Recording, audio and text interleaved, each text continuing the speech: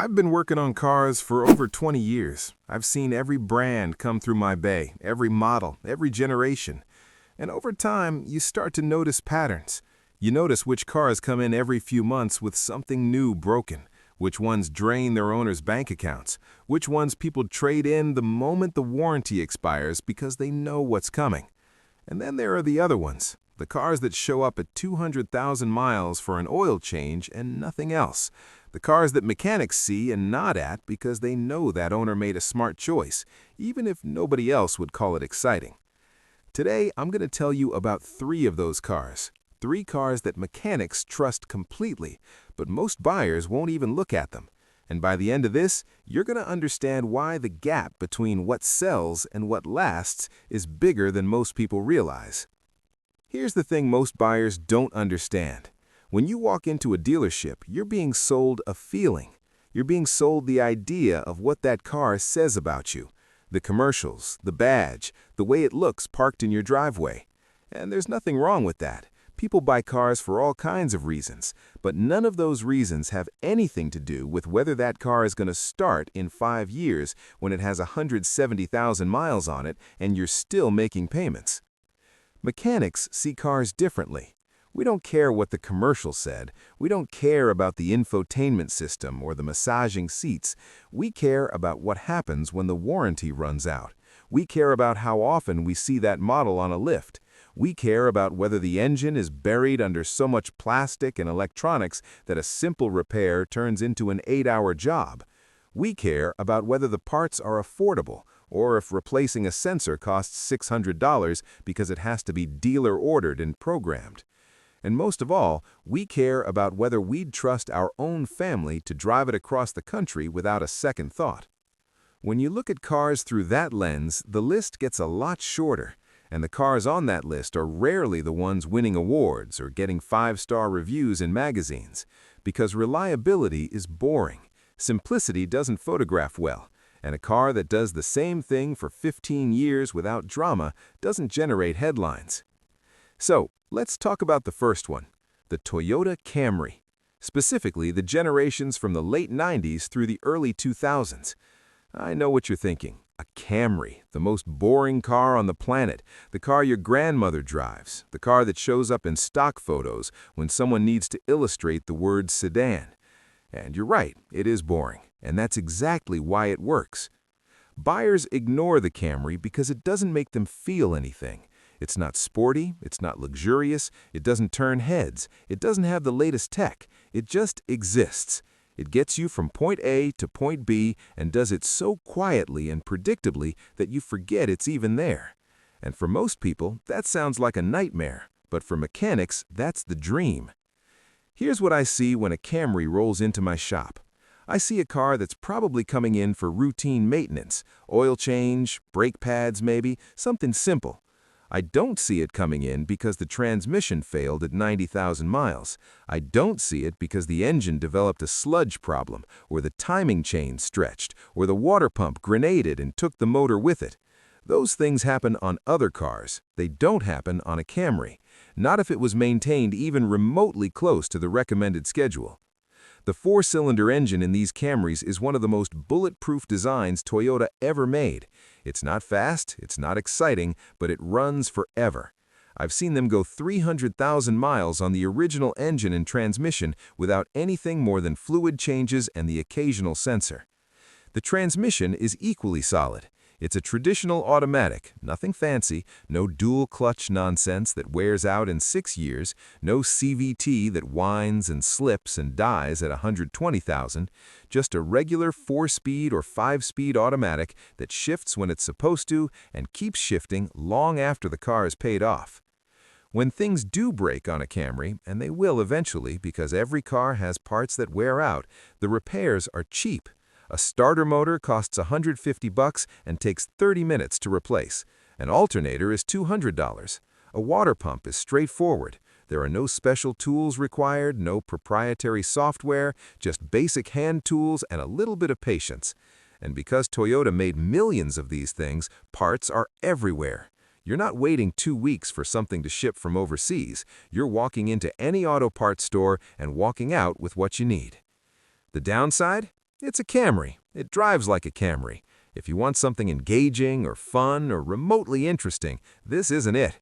The interior is plain, the materials are fine but nothing impressive, the ride is soft and disconnected. If you care about driving dynamics, you'll hate it. But if you care about never being stranded, never wondering if your car is going to start, never stressing about repair bills, this is the car you buy. The second car mechanics trust is the Honda Civic. And before you roll your eyes because that sounds like the most predictable answer in the world, let me clarify. I'm not talking about the new ones. I'm talking about the 7th and 8th generation Civics, the ones from the early 2000s, the ones that look small and plain and outdated compared to what's on the road now. Buyers don't want these anymore because they feel old. They don't have all the modern safety features. They don't have backup cameras or blind spot monitoring. The interiors are basic, the tech is non-existent, and they're small. Most people today want something bigger, something that feels substantial. The Civic feels like a tin can by comparison, and that's exactly why it lasts. Modern cars are loaded with electronics. Every system is controlled by a computer. Every function has a sensor, and when those sensors fail, which they do, the repair bills are astronomical. On a 7th-gen Civic, there's almost nothing to break. The engine is a simple 4-cylinder with a timing chain that doesn't need regular replacement like a belt does. The manual transmission, if you can find one, is nearly indestructible. The automatic is solid. The suspension is basic but effective. There's no turbocharger to worry about, no direct injection system that carbons up the valves, no variable valve timing that goes out of spec, just a straightforward, well-engineered engine that does its job without complaint. I see these Civics all the time with 250,000 miles still running like they're new. The owners bring them in for oil changes and tire rotations, and that's about it. I've had customers tell me they bought one used with 140,000 miles on it, drove it for another 100,000, and sold it still running. That's not luck, that's design. The other thing about the Civic is that it's easy to work on. Everything is accessible. You don't need to remove the front bumper to change a headlight. You don't need to pull the engine to replace a starter. You don't need a scan tool just to reset the oil change reminder. It's a car designed in an era when manufacturers still assumed people might want to fix things themselves. And even if you're not doing the work yourself, that simplicity means your mechanic isn't charging you 3 hours of labor for a 1-hour job because half of it is just disassembly. The downside? It's small. It's loud on the highway, the ride is firm, the materials feel cheap because they are cheap. If you're 6'3", you're not going to be comfortable. If you haul a lot of people or cargo regularly, it's not going to work. But if you're a single person or a couple and you just need a car that will never let you down, this is it. The third car is the one people mock the most, the Ford Crown Victoria. Specifically, the ones built in the late 90s and early 2000s. The same platform as the Mercury Grand Marquis and Lincoln Town Car. And I already know what people are going to say. That's an old man's car, that's a retired cop car, it's a boat, it's terrible on gas, it's outdated, it's ugly. All of that is true, and none of it matters. The Crown Vic is trusted by mechanics for one simple reason: it refuses to die. I have never, in 20 years, seen a Crown Vic with a failed engine or transmission that was maintained properly. Not once. These cars were designed to be police cruisers and taxis. They were built to idle for hours, to be driven hard, to rack up 300,000 miles in city traffic and keep going. And they did exactly that. The engine is a 4.6-liter V8. It's not powerful by modern standards. It's not efficient, but it's simple. Pushrod design, no overhead cams, no variable timing, no turbo, no direct injection, just a big, lazy V8 that makes adequate power and never breaks. The transmission is a 4-speed automatic that's been used in everything from trucks to vans to police cars for decades. Ford made millions of them. They know how to build them, and they know how to make them last. The rest of the car is equally overbuilt. Body-on-frame construction like a truck, solid rear axle, simple suspension, everything is designed to take abuse. And because these were fleet vehicles, parts are cheap and plentiful. A window regulator costs $40, a fuel pump is $120, an alternator is $90. You're not paying luxury car prices for basic repairs. The reason people mock the Crown Vic is because it doesn't fit the modern idea of what a car should be. It's huge, it's slow, it gets 15 miles per gallon in the city, it doesn't handle well. The interior looks like it was designed in 1995, which it was. It doesn't have modern safety features, it doesn't have Bluetooth or a touch screen or adaptive cruise control. If you care about any of those things, this car is not for you. But if you care about buying something for $3,000 that will run for another 10 years without major repairs, this is the car.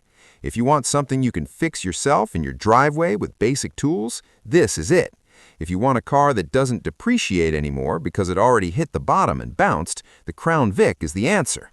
I've seen these things with 400,000 miles still being daily driven, still starting every morning, still passing inspection, still doing exactly what they were designed to do. So what do all three of these cars have in common?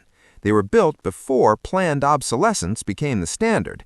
They were built with simple, proven drivetrains that didn't need to be cutting edge or impressive. They were built with parts that are easy to access and cheap to replace. They were built in an era when a car was expected to last, not be traded in every 3 years. None of them are exciting, none of them will impress your neighbors, none of them have the latest technology, but all of them will start tomorrow and the day after that, and 5 years from now when you've forgotten what a car payment feels like. The reason most buyers miss these cars is simple: ego. We've been trained to think that the car we drive says something about who we are, that driving something boring means we've settled, that we deserve something nicer, something newer, something that makes us feel successful. And the marketing works. People buy cars they can't afford because they want to feel like they've made it. They finance something flashy for 7 years and spend the whole time stressed about the payment and the repairs. Mechanics don't think that way. We see too many of those flashy cars on the lift, with failed turbos and stretched timing chains and transmissions that need to be rebuilt at 60,000 miles. We see people who bought the dream and ended up with the nightmare. And we see the people who bought the boring car, the one nobody wanted, driving it for 15 years without a single major issue. If you're someone who just needs a car to get to work, to last a long time, to not surprise you with 4-figure repair bills, these 3 cars should be at the top of your list. If you're okay with driving something that doesn't get compliments, if you're okay with simplicity over features, if you'd rather save money than impress strangers, this is the direction you go. But if you care about image, if you want the latest tech, if you trade cars every few years anyway, don't buy these. Buy what makes you happy. Just know what you're getting into. The difference between a good car and a lasting car is something most people learn too late, after the repairs start piling up, after the resale value tanks, after they realize that the thing they bought because it felt right turned into a financial burden. Mechanics learn it early because we see the aftermath every single day.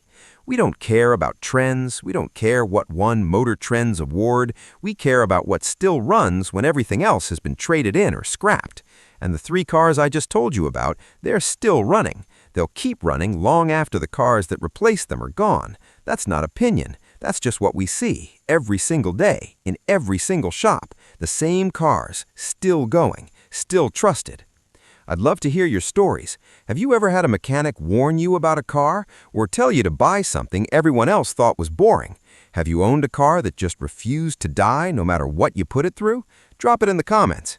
And if you want more honest talk about cars from someone who actually works on them instead of just reading press releases, go ahead and subscribe. No hype, no nonsense, just the truth about what lasts.